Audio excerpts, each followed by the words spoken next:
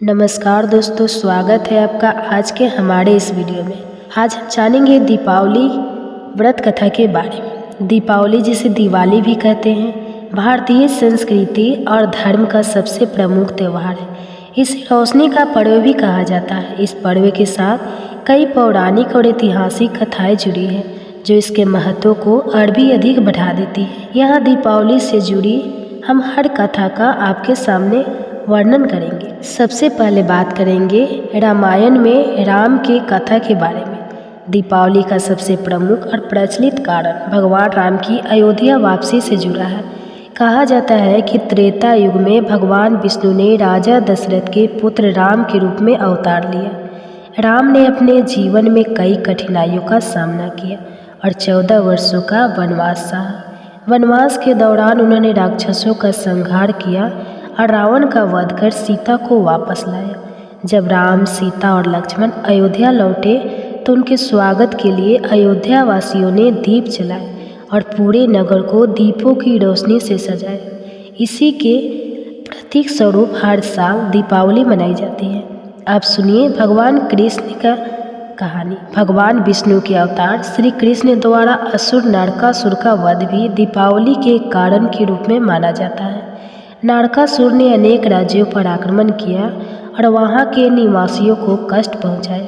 उसने 16,000 स्त्रियों को बंदी बना लिया था। भगवान कृष्ण ने नरकासुर का वध कर उन बंदी महिलाओं को मुक्त कराया। इस विजय के उपलक्ष्य में दीप जलाकर उत्सव मनाया गया, जिसे दीपावली के रूप में मनाया जाता है। आप सुनिए समुद्र मंथन और देवी लक्ष्मी की कहानी। दीपावली का संबंध माता लक्ष्मी से भी है। एक अन्य कथा के अनुसार समुद्र मंथन के समय देवी लक्ष्मी का अवतरण हुआ। वे धन, वैभव और समृद्धि की देवी मानी जाती है। समुद्र मंथन के दौरान ही अमृत भी निकला, जो जीवन और उन्नति का प्रतीक है।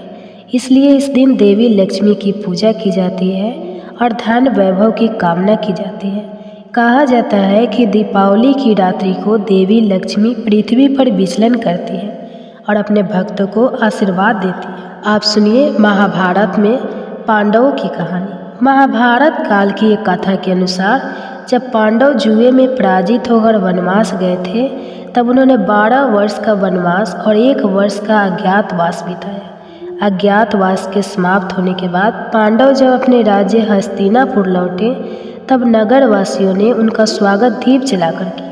यह घटना कार्तिक अमावस्या के दिन हुई थी, इसलिए इसे अमावस्या के रूप में दीपावली के रूप में मनाया जाता है। आप सुनिए राजा विक्रमदत्त का राज्याभिषेक। ऐतिहासिक कथाओं में एक अन्य कथा यह है कि विक्रम संवत के संस्थापक राजा विक्रमदत्त का राज्याभिषेक भी इसी दिन हुआ था। विक्रमदत्त को एक महान और धर्मनिष्ठ शासक माना जाता था।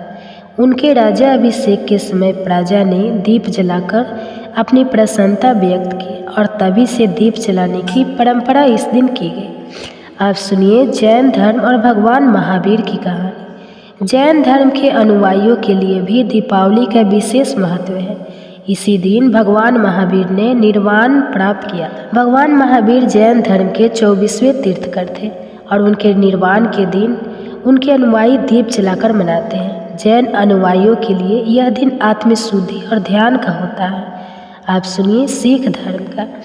सिख धर्म में भी दीपावली का विशेष महत्व है।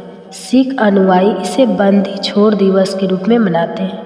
सिखों के छठे गुरु हरगोबिंद सिंह को मुगलों द्वारा कैद कर लिया गया था। बाद में उन्हें रिहा किया गया और उनके साथ 52 अन्य राजाओं को भी स्वतंत्रता मिली। इस घटना को स्मरण करने के लिए सिख समुदाय हर साल अमृतसर के स्वर्ण मंदिर में दीप जलाकर दीपावली का उत्सव मनाता है।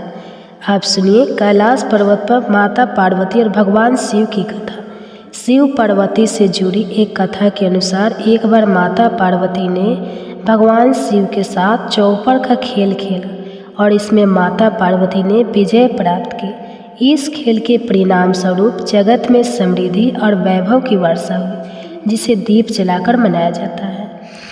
उसके बाद दीपावली का महत्व केवल धार्मिक और पौराणिक कथाओं तक ही सीमित नहीं है। यह पर्व हमारी संस्कृति, परंपरा और मानवीय मूल्यों का प्रतीक है। दीपावली का संदेश है कि अंधकार चाहे जितना भी घना क्यों ना हो, रोशनी की एक छोटी सी किरण भी उसे दूर कर सकती है। यह पर्व सकारात्मकता, खुशियों, प्रेम और एकता का संदेश देता है। दीपावली पर घरों में साफ सफाई का महत्व भी है, क्योंकि इसे माता लक्ष्मी के स्वागत के रूप में देखा जाता है। लोग अपने घरों को सजाते हैं, मिठाइयाँ बनाते हैं और एक दूसरे को उपहार देते हैं। यह पर्व सामाजिक एकता को भी बढ़ावा देता है, क्योंकि इस दिन लोग अपने रिश्तेदारों और दोस्तों से मिलते हैं और साथ में खुशियाँ बांटते हैं। इस प्रकार दीपावली भारतीय संस्कृति का एक प्रमुख पर्व है, जो विविधता और एकता का प्रतीक है। तो देखिए, हिंदू धर्म में दिवाली का त्यौहार सबसे बड़ा त्यौहार माना जाता है और दिवाली के दिन लक्ष्मी जी का पूजन किया जाता है। लक्ष्मी पूजन एक बहुत बड़ी पूजा और बहुत शुभ पूजा होती है। तो आज की वीडियो में हम जानेंगे कि लक्ष्मी पूजन हमें कैसे करना चाहिए।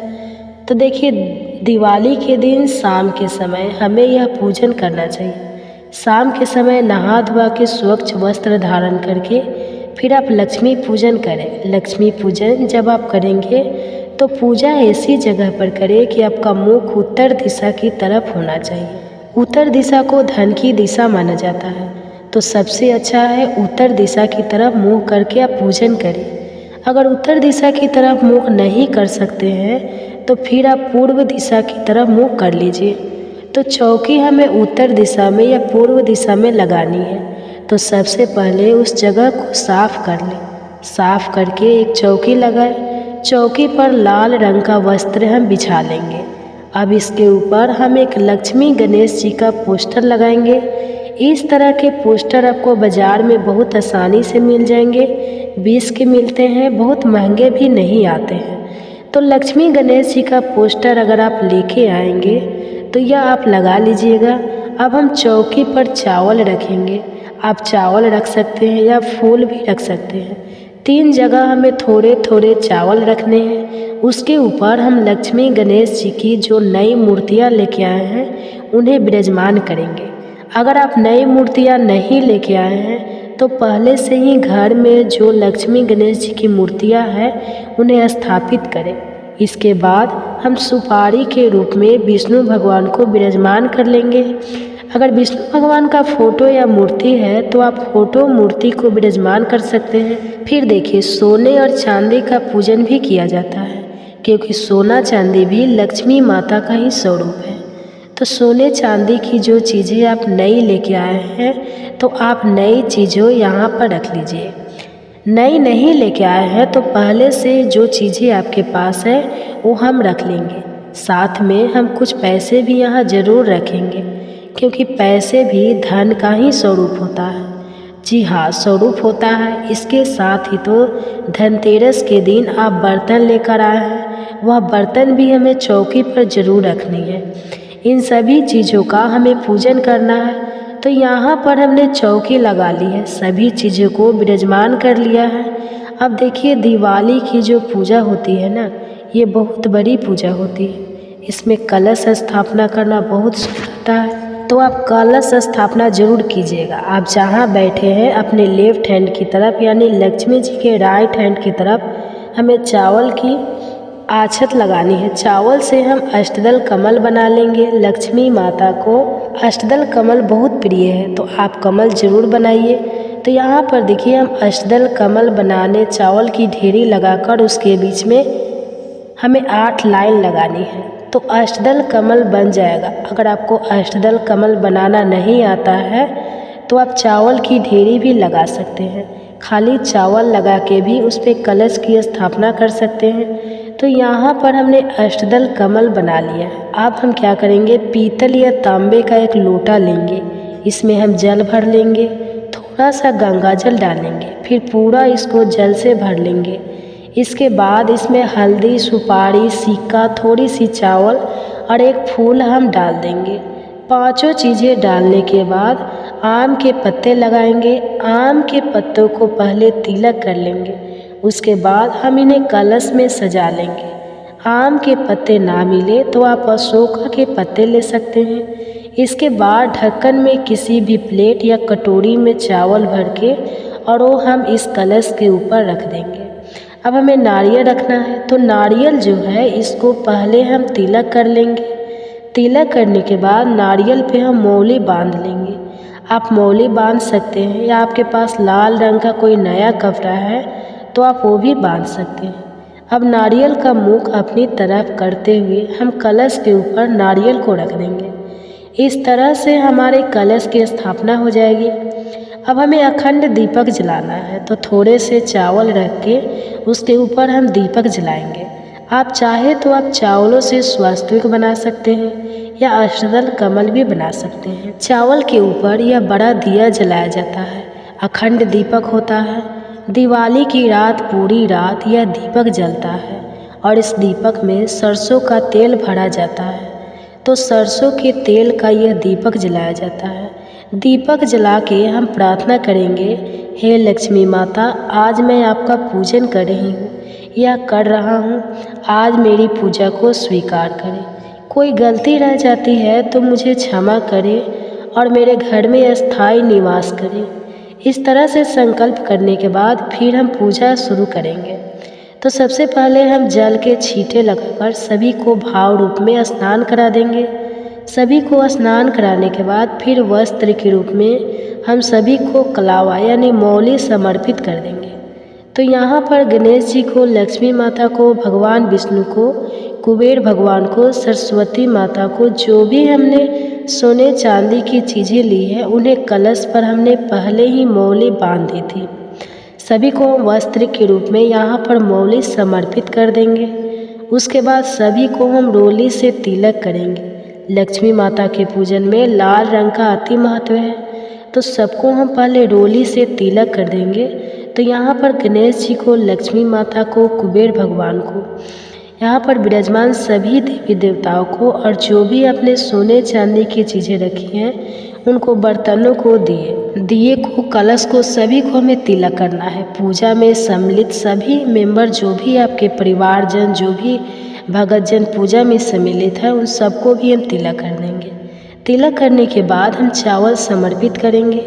पूजा में जौ चावल यूज करें, वो टूटे हुए नहीं होना चाहिए, साबुत चावल होने चाहिए। उसके बाद हम जनेऊ समर्पित करेंगे। तो अगर आपके पास जनेऊ है तो गणेश जी को जनेऊ समर्पित कर दीजिएगा और विष्णु भगवान को भी हम जनेऊ समर्पित कर देंगे। जनेऊ नहीं है तो कोई बात नहीं, सिर्फ कलावा भी समर्पित कर सकते हैं। इसके बाद लक्ष्मी माता को लाल रंग की चुनरी समर्पित करेंगे। सभी को हम फूल समर्पित कर देंगे। गणेश जी को लाल रंग का फूल, भगवान विष्णु को पीले रंग का फूल अति प्रिय है। माँ सरस्वती को पीले रंग का या सफ़ेद रंग का फूल चढ़ाएंगे और लक्ष्मी माता को हम कमल का फूल चढ़ाएंगे। देखिए, लक्ष्मी माता को ना कमल का फूल बहुत ज़्यादा प्रिय होता है, तो कमल का फूल बंद आता है, उसको अच्छे से ऐसे खिला लीजिएगा। खुद ही खिलाना पड़ता है, आपको खिला हुआ नहीं मिलेगा। इस तरह से हम इस फूल को खिला लेंगे और दिवाली के दिन आपको फूल वालों के पास बहुत आसानी से कमल का फूल मिल जाएगा। तो अगर हो सके तो आप कमल का फूल दिवाली की पूजा में लक्ष्मी जी को ज़रूर समर्पित करें, क्योंकि कमल का फूल लक्ष्मी माता का प्रिय फूल होता है। उसके बाद हम कलश को और सभी को फूल समर्पित कर देंगे। अगर आपको कमल का फूल ना मिले तो आप गुलाब का फूल ले लीजिएगा। इसके बाद लक्ष्मी माता को हम श्रृंगार का सामान समर्पित करेंगे। तो जितनी चीज़ें श्रृंगार की आपको मिल जाए वो चीज़ें हम लक्ष्मी माता को समर्पित कर देंगे। इसके बाद लक्ष्मी माता की कुछ प्रिय चीज़ें हैं जो समर्पित करना बहुत ही शुभ माना जाता है। तो दिवाली का जब आप पूजन करें तो ये चीज़ें ज़रूर समर्पित करें। सबसे पहले हम गोमती चक्र समर्पित करेंगे। तो देखिए, इस तरह के गोमती चक्र आते हैं, इसके अंदर नाग चक्र जैसा आपको दिखाई दे रहा होगा। इस तरह के गोमती चक्र आते हैं। 5-7 कितने भी गोमती चक्र आप समर्पित कर दीजिएगा। साथ में हम कौड़ी समर्पित करेंगे। तो यहाँ पर इस तरह की कौड़ी आती है, ये चीज़ें आपको दिवाली के आसपास मार्केट में बहुत आसानी से मिल जाएगी। नहीं तो आप ये सभी चीज़ें जो हम लक्ष्मी माता को समर्पित कर रहे हैं ना, इन चीज़ों की फिर धन पोटली बनाई जाती है। तो यहाँ पर कौड़ी समर्पित कर दी जाती है। आप जितनी भी संख्या में समर्पित करना चाहते हैं कर दीजिएगा। उसके बाद हम कमल गट्टे समर्पित कर देंगे और साथ में ही हम सुपारी समर्पित करेंगे। ये सभी चीज़ें समर्पित करने के बाद फिर हम सप्त धन समर्पित करेंगे। 7 तरह का अनाज समर्पित किया जाता है। साबुत अनाज हमें समर्पित करना है। तो मैंने यहाँ पर गेहूँ, बाजरा, जौ, चावल, फल, चना, मूंग और धनिया, यह 7 चीज़ें समर्पित की है। आप कोई भी 7 अनाज यानी सप्त धान आप समर्पित कर सकते हैं। सप्त धान समर्पित करना बहुत ही शुभ माना जाता है। तो दिवाली को आप सप्त धान जरूर समर्पित कर दीजिएगा। देखिए, जो हमने सप्त धान समर्पित किया है ना, धनिया भी हमने इसी में समर्पित कर दिया है। धनिया फिर अलग से समर्पित करने की ज़रूरत नहीं है, जो सप्त धान है उसी में धनिया हो। उसके बाद फिर भोग समर्पित करेंगे। भोग में आप कोई भी मिठाई समर्पित कर सकते हैं। घर की बनी हुई मिठाई ले सकते हैं या मार्केट से भी मिठाई ला सकते हैं। साथ में ही हम फल समर्पित करते हैं, तो कोई भी ऋतु फल आप समर्पित कर सकते हैं। इसके साथ ही आप 5 मेवे का भोग समर्पित कर सकते हैं। और सबसे ज़रूरी खील बतास का भोग हमें ज़रूर समर्पित करना है। खील बतासे का भोग माता लक्ष्मी को अति प्रिय है, तो आप यह भोग जरूर समर्पित कीजिएगा। और सभी को हम यहाँ पर खील समर्पित कर देंगे। साथ में जो भी बर्तन आप लेके आए हैं उसमें भी आप खील जरूर डालिए। बर्तन को खाली नहीं छोड़ना है। इसके बाद हम 2 पान के पत्ते लेंगे। अगर आपको 2 ना मिले तो आप 1 पान का पत्ता भी ले सकते हैं। पान महालक्ष्मी को बहुत प्रिय होता है, तो पान के पत्ते पर जो जो चीज़ें अपने भोग के रूप में चढ़ाई है वो सभी चीज़ें हम रखेंगे। तो थोड़ी थोड़ी सारी चीज़ें हम इस पान के पत्ते पर रखेंगे और ये हम लक्ष्मी माता को भोग के रूप में समर्पित कर देंगे। तो यहाँ पर हम पान के पत्ते पर भोग समर्पित करेंगे। फिर हम 1 लोटा जल समर्पित करेंगे। यथासंभव दक्षिणा समर्पित कर देंगे। इसके बाद हमें दिवाली की कथा सुननी है। तो देखिए, चाहे आपने व्रत किया हो या ना किया हो, दिवाली की कथा सभी सुन सकते हैं। अगर आप दिवाली की कथा सुनना चाहते हैं तो हाथ में थोड़ी सी खील लेकर और हम दिवाली की कथा सुन लेंगे। अगर आप कथा नहीं सुनते हैं तो इस पार्ट को आप स्किप कर सकते हैं। तो यहाँ पर हम दिवाली की कथा सुन के और जो खील है वो माता लक्ष्मी के चरणों में समर्पित कर देंगे। इस तरह से हमें कथा सुन लेनी है। उसके बाद हम बहुत सारे दिए जलाते हैं। तो देखिए, दिवाली के दिन मिट्टी के दिए जलाए जाते हैं, सरसों के तेल के दिए जलाए जाते हैं। आप जो दिए है वह चौकी के पास ही रखें। फिर हम सारे दिए को जला लेंगे। तो लक्ष्मी पूजन से पहले हम सभी को दिए को उनको जला लेते हैं। इसके बाद धूप दीप दिखाएंगे। माता लक्ष्मी का जब भी आप पूजन करें तो धूप जरूर दिखाएं, क्योंकि लक्ष्मी माता को सुगंध अति प्रिय है। तो धूप हम जला लेंगे। फिर हम आरती करेंगे। तो देखिए, हमारे यहाँ पर तो लक्ष्मी जी की आरती की जाती है। बहुत ही धूमधाम से हम आरती करते हैं। तो अखंड दीपक है, उसको नहीं उठाना है। उसके अलावा जो छोटे दीपक हमने जलाए हैं, किसी भी दीपक से हम आरती कर सकते हैं। तो अगर आपके यहाँ पर भी आरती की जाती है तो बहुत ही प्रेम पूर्वक पहले हम गणेश जी की आरती करेंगे और फिर हम लक्ष्मी माता की आरती करेंगे। अगर आपके यहाँ आरती नहीं की जाती है तो आप आरती के पार्ट को स्किप कर सकते हैं।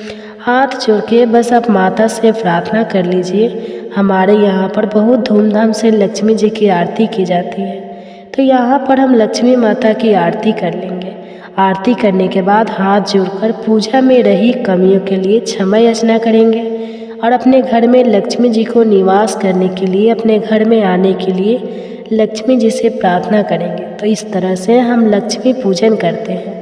आरती करने के बाद हम माता लक्ष्मी को धन समर्पित करेंगे, यानी जो ये खील होती है ना, ये धान होता है, ये खील समर्पित करते हैं। इसे धन का स्वरूप माना जाता है। और माता के ऊपर खड़े होकर हम अपने हाथ में धान लेकर माता के ऊपर धान की वर्षा करते हैं। घर के सभी सदस्य माँ लक्ष्मी के ऊपर धान की वर्षा जरूर करें। कहते हैं इससे घर में धन बरसता है। तो इस तरह से हम लक्ष्मी माता के ऊपर धान की वर्षा कर देंगे। हमारा जो लक्ष्मी पूजन है यह धान की वर्षा के बाद ही पूर्ण होगा। तो इस तरह से हमारी जो पूजा है वो पूर्ण हो जाएगी। पूजा करने के बाद हम लक्ष्मी पोटली बनाते हैं। पूजा करने के बाद कितने भी समय बाद, आधे घंटे बाद या 2 घंटे बाद, 1 घंटे बाद, जब भी आपको लगे कि आप थोड़ा फ्री हो गए हो तो आप लक्ष्मी पोटली बना लीजिएगा। आप चाहे तो पूजा के तुरंत बाद भी आप बना सकते हैं। तो यहाँ पर हम कोई भी पोटली ले लेंगे। लाल रंग की पोटली हमें लेनी होती है या आप कोई भी रंग का कपड़ा भी ले सकते हैं।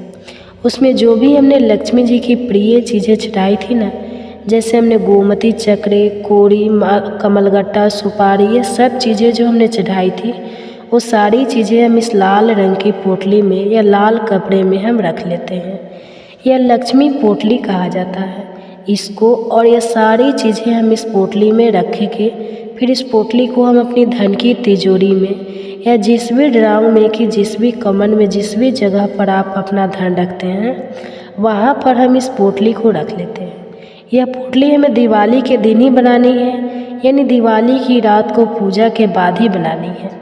तो इस तरह से सारी चीज़ों को इस तरह से रख के और इसको हम लक्ष्मी माता के चरणों में स्पर्श करा के फिर हम यह पोटली अपने लेकर में रख लेंगे। तो आप चाहे तो इस तरह से आप पोटली बना सकते हैं। अगर आप पोटली नहीं बनाना चाहते हैं तो आप इस पार्ट को स्किप कर दीजिएगा, क्योंकि मैं लक्ष्मी पूजन की संपूर्ण विधि शेयर कर रही हूँ, इसलिए लक्ष्मी पोटली के बारे में भी मैंने साथ ही बता दिया है। अब देखिए, पूजा के बाद जो भी भोग प्रसाद चढ़ाया जाता है वह घर के सभी सदस्यों में बांट देंगे। रात को जब हम सोने जाएंगे उससे पहले हमें काजल बनाना होता है। तो जो ये बड़ा दीपक होता है ना, जो बड़ा दिया अखंड हमने जलाया है, इसी के ऊपर किसी भी चम्मच या किसी भी प्लेट वगैरह को इस तरह से उल्टा करके हम काजल बना लेंगे। इसके बाद इसी दीपक से थोड़ी सी चिकनाई लेके और फिर हम सबकी आँखों में यह काजल लगा देंगे। यह काजल बहुत ही शुभ माना जाता है और आँखों के लिए बहुत अच्छा होता है। तो दिवाली का यह काजल हमारे यहाँ पर ज़रूर लगाया जाता है। तो दोस्तों, इस तरह से दिवाली की पूजा की जाती है। दिवाली पूजा की संपूर्ण विधि मैंने आपके साथ शेयर कर दी है। आपको यह दिवाली पूजा की विधि कैसे लगी कमेंट्स करके ज़रूर बताना। और अगर यह वीडियो आपको पसंद आया हो, तो वीडियो आपके लिए थोड़ा बहुत भी यूजफुल हो तो प्लीज़ वीडियो को लाइक कर देना। हम महिलाएं घर में तीज त्यौहार कैसे करते हैं यह देखने के लिए मेरे चैनल को सब्सक्राइब कर लेना। दिवाली पूजा की चौकी कब उठानी है और इस सारे सामान का हमें क्या करना है, इसका अलग अलग वीडियो आपको हमारे चैनल पर मिल जाएगा। आप उसे भी ज़रूर देखना। यह दिवाली आपके लिए बहुत मंगलमय हो। माता लक्ष्मी आपके घर में सदैव वास करे और माता लक्ष्मी की कृपा आप पर सर्वदा बनी रहे। इसी कामना के साथ फिर मिलेंगे किसी और वीडियो में। तब तक के लिए जय महालक्ष्मी, राधे राधे। इस दिन का नाम संस्कृत के 2 शब्दों से लिया गया है। धन का अर्थ है धन संपत्ति और तेरस का अर्थ है 13वां दिन। हिंदू पंचांग के अनुसार धनतेरस कार्तिक मास की कृष्ण पक्ष की त्रयोदशी तिथि को मनाया जाता है। यह दिन न केवल धार्मिक दृष्टिकोण से महत्वपूर्ण है, बल्कि इसमें आर्थिक और सांस्कृतिक धरोहरों की भी झलक मिलती है। धनतेरस से जुड़ी कई कहानियाँ और पौराणिक कथाएँ हैं। धनतेरस का सबसे प्रसिद्ध पौराणिक संदर्भ समुद्र मंथन से जुड़ा हुआ है। यह कथा हिंदू धर्म के सबसे बड़े पुराणों में से एक भागवत पुराण में मिलती है। इसके अनुसार देवताओं और असुरों ने अमृत प्राप्त करने के लिए समुद्र मंथन किया था। इस मंथन के दौरान कई अमूल्य वस्तुएं प्रकट हुई, जिनमें से एक थी धन्वंतरी, जो आयुर्वेद के देवता माने जाते हैं। जब इस समुद्र से प्रकट हुए तो उनके हाथ में अमृत से भरा हुआ कलश था। इस दिन को धनतेरस के रूप में मनाया जाता है और इसी कारण से इस दिन को स्वास्थ्य और आयुर्वेद से भी जोड़ा गया है। धन्वंतरी देवता के प्रकट होने की यह कथा आयुर्वेद के महत्व को दर्शाती है। ऐसा माना जाता है कि इस दिन यदि लोग धातु, विशेष रूप से सोना, चांदी या पीतल खरीदते हैं तो उनके जीवन में धन और स्वास्थ्य की वृद्धि होती है। इसी विश्वास के चलते धनतेरस पर सोने और चांदी के आभूषण खरीदना शुभ माना जाता है। धनतेरस से जुड़ी दूसरी प्रमुख कहानी राजा हिमा की है। इस कथा के अनुसार राजा हिमा का एक पुत्र था जिसकी कुंडली में यह भविष्यवाणी हो गई थी कि उसकी मृत्यु विवाह के चौथे दिन सांप के काटने से होगा। इस भयावह भविष्यवाणी के कारण राजा हिमा और उसकी पत्नी ने अपने पुत्र की जान बचाने के उपाय सोचे। राजा हिमा की पत्नी ने यह योजना बनाई। विवाह के चौथे दिन उसने अपने पति को सोने और चांदी के ढेर पर बैठा दिया और पूरे घर को दीपों से सजाया। उसने ध्यान रखा कि घर में हर कोने में रोशनी हो और उसने अपने पति को नींद न आने दी। उस रात जब यमराज सांप के रूप में उनके पास आए तो सोने और चांदी की चकाचौंध से वे चकित हो गए और घर में प्रवेश नहीं कर पाए। वे दरवाजे पर बैठकर उस प्रकाशमयी दृश्य को देखते रहे और समय बीत गया। सूर्योदय होते ही यमराज वहाँ से चले गए और इस तरह राजा हिमा के पुत्र की जान बच गई। इस घटना से जुड़ी मान्यता है कि धनतेरस के दिन दीप जलाना और घर को रोशन करना अशुभ शक्तियों को दूर रखता है। इसलिए धनतेरस पर दीप जलाने की परंपरा है, जिससे परिवार पर यमराज की दृष्टि न पड़े और उन्हें दीर्घायु और समृद्धि प्राप्त हो। धनतेरस के दिन कुबेर की पूजा का भी विशेष महत्व है। कुबेर को धन के देवता माना जाता है और उन्हें भगवान शिव का प्रमुख गण माना गया है। ऐसा कहा जाता है कि कुबेर ने अपनी तपस्या के बल पर अमरत्व और अपार धन संपत्ति का वरदान प्राप्त किया था। उन्होंने इस संपत्ति का उपयोग जनहित के कार्यों में किया और इसी कारण से वे सभी देवताओं के कोषाध्यक्ष माने गए। पर भगवान शिव ने कुबेर को उनकी संपत्ति के दुरुपयोग के कारण चेताया और उन्हें सिखाया था कि धन का सही उपयोग करना कितना महत्वपूर्ण है। इस घटना के बाद से कुबेर ने धन को सद्गुणों के साथ उपयोग करना शुरू किया और समाज के कल्याण के लिए कार्य किए। धनतेरस के दिन कुबेर की पूजा करने से व्यक्ति को धन, वैभव और संपत्ति की प्राप्ति होती है, ऐसा मान्यता है। इसलिए लोग इस दिन कुबेर की पूजा करके उनसे आशीर्वाद प्राप्त करते हैं। धनतेरस के दिन लक्ष्मी माता की पूजा का भी विशेष महत्व है। लक्ष्मी को धन, वैभव और समृद्धि की देवी माना जाता है। यह मान्यता है कि इस दिन लक्ष्मी माता घर घर में भ्रमण करती है और जो लोग उन्हें प्रसन्न करते हैं उनके घर में वे अस्थायी रूप से निवास करती हैं। धनतेरस के दिन सोने या चांदी के आभूषण खरीदने की परंपरा लक्ष्मी माता की कृपा प्राप्त करने के उद्देश्य से की जाती है। ऐसा माना जाता है कि इस दिन सोना खरीदना घर में धन की वृद्धि और स्थिरता लाता है। साथ ही सोने को एक शुभ धातु माना जाता है जो घर में सुख, शांति और समृद्धि लाता है। इस परंपरा के पीछे यह मान्यता है कि लक्ष्मी माता को स्वर्ण अत्यधिक प्रिय है और जो लोग इस दिन सोना खरीदते हैं उन्हें लक्ष्मी का आशीर्वाद प्राप्त होता है। इसके अतिरिक्त धनतेरस के दिन घर के नए बर्तन और धातु के अन्य सामान खरीदना भी शुभ माना जाता है। धनतेरस की एक और महत्वपूर्ण कथा यमराज से जुड़ी है। इस दिन को यमराज के सम्मान में दीप दान करने का भी रिवाज है। यह परंपरा राजा हिमा की कथा से जुड़ी है, जिसमें यमराज ने उनके पुत्र की जान नहीं ली थी। इस दिन लोग अपने घर के बाहर मुख्य द्वार पर दीप जलाते हैं, जिसे यमदीप कहा जाता है। यह दीपदान यमराज को महत्वपूर्ण होता है, जिससे घर के सदस्यों की अकाल मृत्यु से रक्षा की जा सके। इस परंपरा के अनुसार घर के सभी सदस्य मिलकर घर के मुख्य द्वार पर यमदीप जलाते हैं और यमराज से प्रार्थना करते हैं कि वे उनके घर से दूर रहें। दीप जलाने के पीछे का यह भाव है कि जैसे यमराज राजा हिमा के पुत्र की जान नहीं ले पाए थे, वैसे ही वे अन्य घरों से भी दूर रहे और वहाँ की समृद्धि और शांति बनी रहे। धनतेरस का महत्व केवल पौराणिक कथाओं तक सीमित नहीं है, बल्कि आज के समय में यह त्यौहार भारतीय समाज में आर्थिक दृष्टिकोण से महत्वपूर्ण हो गया है। इस दिन लोग बड़े पैमाने पर सोना, चांदी, इलेक्ट्रॉनिक सामान, वाहन और अन्य मूल्यवान वस्तुएं खरीदते हैं। इसे धार्मिक गतिविधियों के लिए सबसे अच्छा समय माना जाता है, क्योंकि लोग इसे शुभ मानकर नई वस्तुएं खरीदते हैं। वाणिज्य दृष्टि से यह त्यौहार व्यापारियों और दुकानदारों के लिए भी लाभदायक होता है, क्योंकि इस दिन बाज़ारों में भारी खरीदारी होती है। विशेषकर सोने और आभूषण की दुकानों पर भीड़ देखी जाती है, क्योंकि लोग इसे अपने भविष्य की सुरक्षा के रूप में देखते हैं। इस दिन सोना खरीदने की परंपरा न केवल धार्मिक मान्यताओं पर आधारित है, बल्कि यह एक प्रकार का निवेश भी माना जाता है। धनतेरस एक ऐसा त्यौहार है जिसमें धार्मिक, सृष्टि, सांस्कृतिक और आर्थिक पहलुओं का भी अद्भुत संगम है।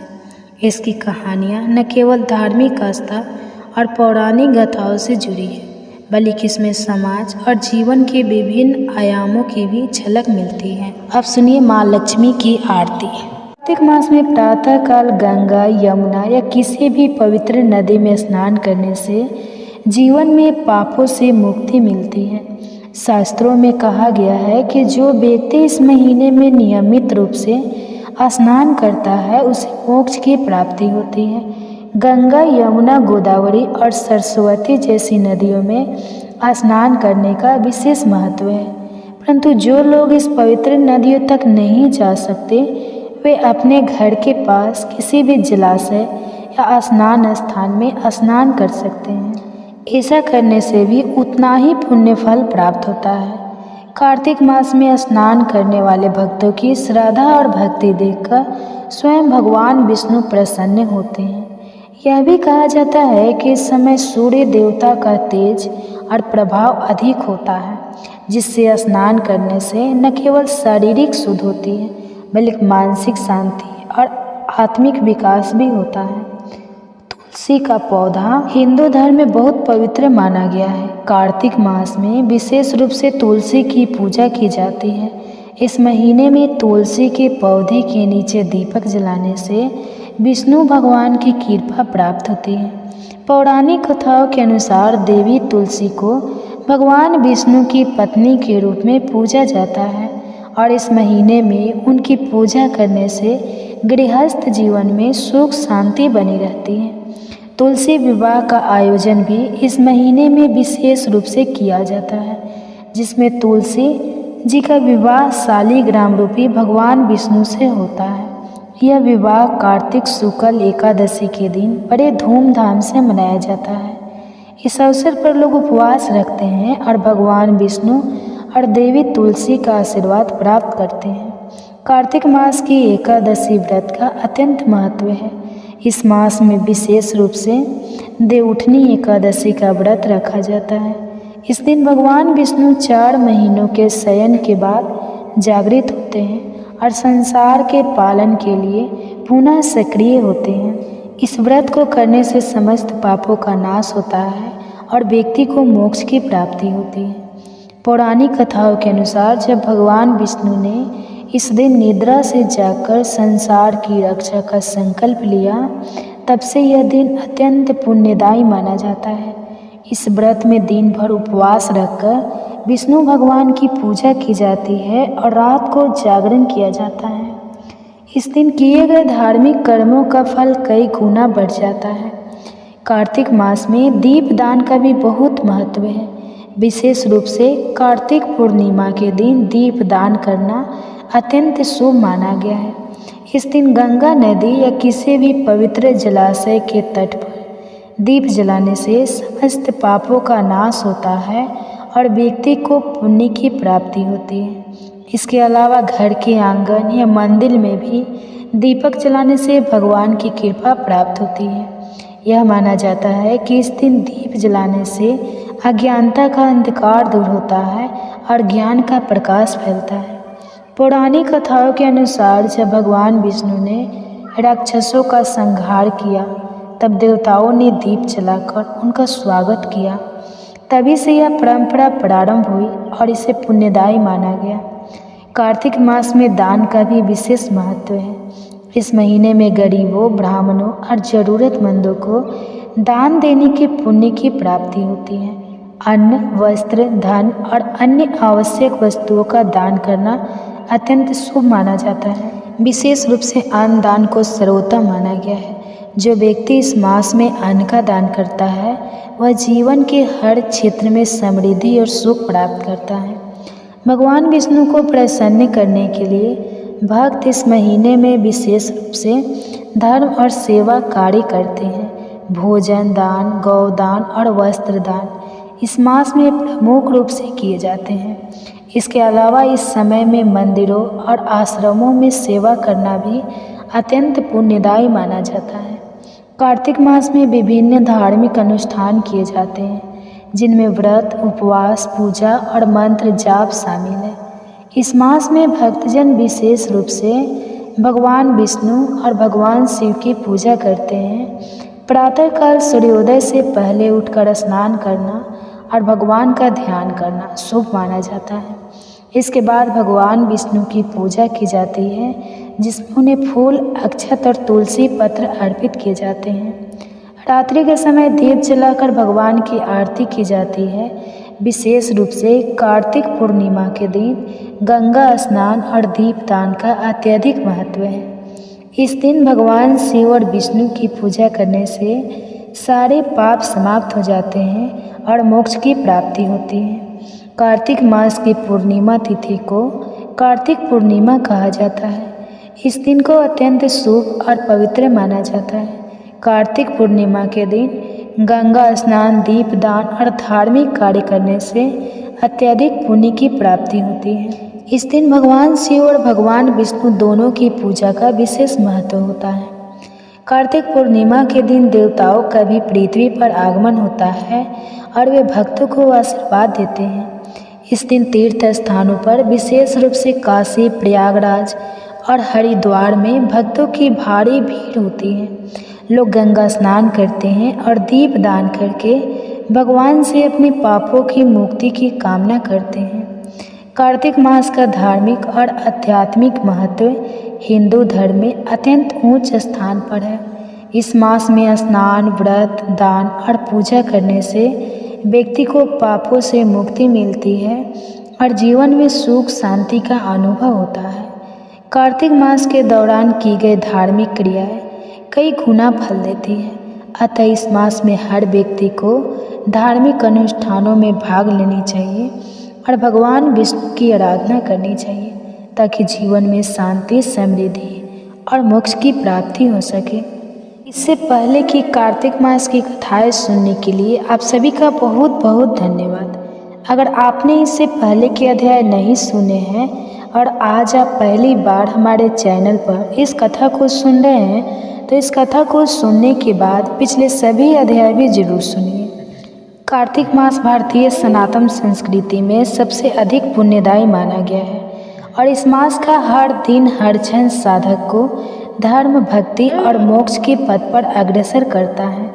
8वां दिन की कथा विशेष रूप से भगवान श्री विष्णु की कृपा से जुड़ी है, जो संसार की मोह माया से मुक्त होकर आत्मा को शांति और मोक्ष का मार्ग दिखाती है। इस दिन का पूजन और कथा श्रवण करने से अंधकार को मिटकर ईश्वर के प्रकाश में लाने वाला होता है। और आज की इस कथा से यही शिक्षा मिलती है कि जीवन की अस्थायी सफलताओं से पूरे सच्ची और आनंद और शांति केवल भगवान की आराधना और आत्मा की मुक्ति में ही है। जो व्यक्ति सच्चे मन और आस्था से इस दिन की पवित्र कथा को सुनता है, वह जन्म मृत्यु के चक्र से मुक्त होकर अंत में मोक्ष की ओर बढ़ता है। एक बार की बात है, राधा रानी को एक सर्प ने काट लिया। राधा जी की सारी सखियाँ दौड़ी आई माँ के पास और कहने लगी, माँ चलकर अपनी बेटी को देखो, एक काले सांप ने डस लिया है और राधा के सिर से और वह बेहोश हो गई है। अब इसके विष को उतारने के लिए किसी गुनी को बुलाना पड़ेगा। माँ ने सुना तो डर गई और रोते रोते राधा जी को अपने हृदय से लगा लिया। एक सखी कहने लगी, माँ यदि राधा जी को ठीक करना है तो श्री कृष्ण जी को बुला ला। अगर कृष्ण जी आ जाएंगे तो राधा जी तुरंत ही जीवित हो जाएगी, क्योंकि श्री कृष्णा गुरु है, तीनों लोकों में उनसे श्रेष्ठ कोई नहीं है। सूरदास जी बता रहे हैं कि राधा रानी को ठीक करने के लिए आज कृष्ण जी को बुलाया जा रहा है। अब राधा रानी की सखिया कृष्ण जी की मैया यशोदा के पास आई और कहने लगे, मैया तुम्हारा कृष्ण सांप के विष को मंत्रों से उतारने वाले गुरु हैं, आप अपने पुत्र को हमारे साथ भेजो। तो राधा रानी को काले सांप ने डस लिया है। मैया यशोदा ने सुना तो सुनकर मुस्कुराने लगी कि अभी थोड़ी देर पहले तो राधा मेरे घर आई थी। राधा रानी की मूर्छा के मूल कारण को समझकर मैया यशोदा चुप हो गई और सखियों को अपने हंसने का कारण नहीं बताया। अब मैया यशोदा कान्हा जी को पुकारने लगी, कहने लगी, कान्हा, राधा के यहाँ कृति नाम की ग्वालिन तुम्हें बुलाने आई थी, तुम वहाँ चले जाओ। सुना है राधा को काले सांप ने डस लिया है और तुम कब से गढ़नी बन गए। तुम माँ ने मनी जाओ, मुस्कुराकर कहा, कृष्ण, सुना है तुम कुछ ऐसा जंत्र मंत्र जानते हो कि काले सांप का विष उतर जाता है। अब भगवान श्री कृष्ण जी गरुड़ी बनकर वहाँ आ गए। जब वृष भानु सुता राधा ने सुना तो मन में बड़ी प्रसन्नता हुई कि श्री कृष्ण तो आज मेरे द्वार पर आए हैं और अपने आप को राधा रानी धन्य समझने लगी। प्रेमवश वह एकदम मूर्छा और राधा रानी जी की आंखों से प्रेम के आंसू झरने लगे। राधा को इस प्रकार देखकर माँ भी व्याकुल हो गई। वे समझने लगी कि राधा के एक एक अंग में विष का गहरा प्रभाव हो गया है और अब तो माँ रोती व्याकुल होकर इधर उधर फिर रही थी। वे अपनी पुत्री को बार बार गले लगाती और फिर राधा रानी की दशा देखकर पानी पानी हो रही है। श्री कृष्ण के आने की खबर पाकर माँ दौड़ कर आई। कान्हा जी को पैरों को पकड़कर कहने लगी, हे मोहन, मेरी लाडली बेटी राधा बहुत ही व्याकुल है, कृपा करके इसे ठीक कर दो। माँ चाहे तो समझे, लेकिन प्रेम पूर्वक हृदय के प्रेम भाव को तो श्री राधे रानी और श्री कृष्ण दोनों ही पूरी तरह से समझ रहे हैं। तब श्री कृष्ण ने कुछ झाड़ फूँक शुरू कर दिए और राधा रानी जी को स्पर्श किया। जैसे ही उन्होंने राधा जी को स्पर्श किया तो एकदम से किशोरी जी यानी श्री राधा रानी ने आंखें खोल दी। श्री कृष्ण जी की वास्तव में बहुत बड़े गाढ़नी है। शरीर का विष तो उन्होंने झाड़ दिया, लेकिन मन और सिर पर प्रेम का जादू कर दिया। अब राधा रानी ने होश में आकर अपने नेत्र खोले और आगे श्री कृष्ण को देखा तो बस एक टक निहारती रही। फिर लाज से एकदम खड़ी होकर अपने वस्त्रों को संभालने लगी। फिर राधा रानी ने अपनी माँ से पूछा, माँ आज क्या है, सब लोग यहाँ इकट्ठे क्यों हैं? माँ बोली, राधे, तुम्हें सांप ने डस लिया था और तुम्हें तो अपने राधा रानी को बताने नहीं रही कि श्री कृष्ण के मंत्रों के द्वारा तुम्हारा उपचार हुआ है। राधा रानी की माँ बार बार कुंवर कन्हई की बढ़ाई करने लगी। माँ ने श्री कृष्ण के मुख को चूमा, गले से लगाया और फिर अपने घर भेज दिया। वह कहती है कि मैया यशोदा की कोख धन धान्य है, जिससे श्री कृष्ण जैसे सुपुत्र का अवतार हुआ है। उन्होंने तो तुरंत ही ऐसा उपाय कर दिया कि मेरी बेटी को जिंदा कर दिया। अब माता मन ही मन सोचने लगी कि राधा कृष्ण की यह जोड़ी तो मानो भगवान ने सोच समझ के घर घर में अब यह चर्चा चल पड़ी कि कृष्ण जी बहुत बड़े गार्डनी हैं और भगवान ने इस तरह से और भी बहुत सारी सुंदर प्रेम लीलाएं पेश। सुनिए आज की अध्याय। कार्तिक मास को हिंदू धर्म में अत्यंत पवित्र और महत्वपूर्ण माना गया है। विशेष रूप से इस महीने में भगवान विष्णु और भगवान शिव की पूजा का विशेष महत्व होता है। कार्तिक मास की कथा और इसके धार्मिक अनुष्ठानों का उल्लेख पुराणों में मिलता है। यह मास भक्तों के लिए व्रत, उपवास, तीर्थ यात्रा और पुण्य कर्मों का विशेष समय होता है। सूरज देवता की अर्घ देने आई, छठी मैया की ठान लगा बने आई। सांझे के अर्घ और दिया बारी, सूरज देवता की अर्घ देने आई।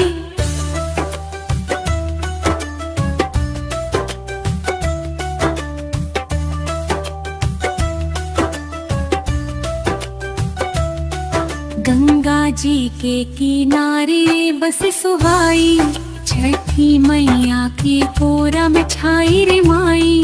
नैया में चढ़ के रे अर्घ देने आई, सूरज देवता की अर्घ देने आई। अर्घ की बेरा आई हो माई, छठी मैया की हम भजन गाई। आशीष दी मुँह अंगना छाई, हमरा घर में होवे सुखाई। जय छठी मैया की आरती, छठी मैया की जय हो, सूरज देवता की जय हो। अर्घ्य लेके आई हम, छठी मैया की जय हो, सुख समृद्धि सबके अंगना में। रखल हो कृपा अन्हरवा में, छठी मैया की आरती गाई, मनवा में खुशी छाई हो। दिन कर देव की पूजा करे, हमनी हो राजताई हो। अर्घ देव छठी मैया, सभी के संकट हराई हो। छठी मैया के कन्हैया रे, ध्यान धरिल सब सगुनिया रे। डूबी छठी मई रे अन्हरिया में, उजियारा होवे सुखवा में। मन करे हमनी हो रे, छठी मैया के गीत गवावा रे। सूरज देव के पूजा करा, घर अंगना खुशियाँ लिलावा रे। अर्घ दी छठी मैया, सुख समृद्धि लेके आई रे। धरती अंबर झुके हो माई, सबके संकट दूर भगाई रे। ध्यान छठी मैया के लागल, सूरज देवता के पूजा भई। अर्घ दे के हम पावन भई, छठी मैया के ध्यान हम लागल।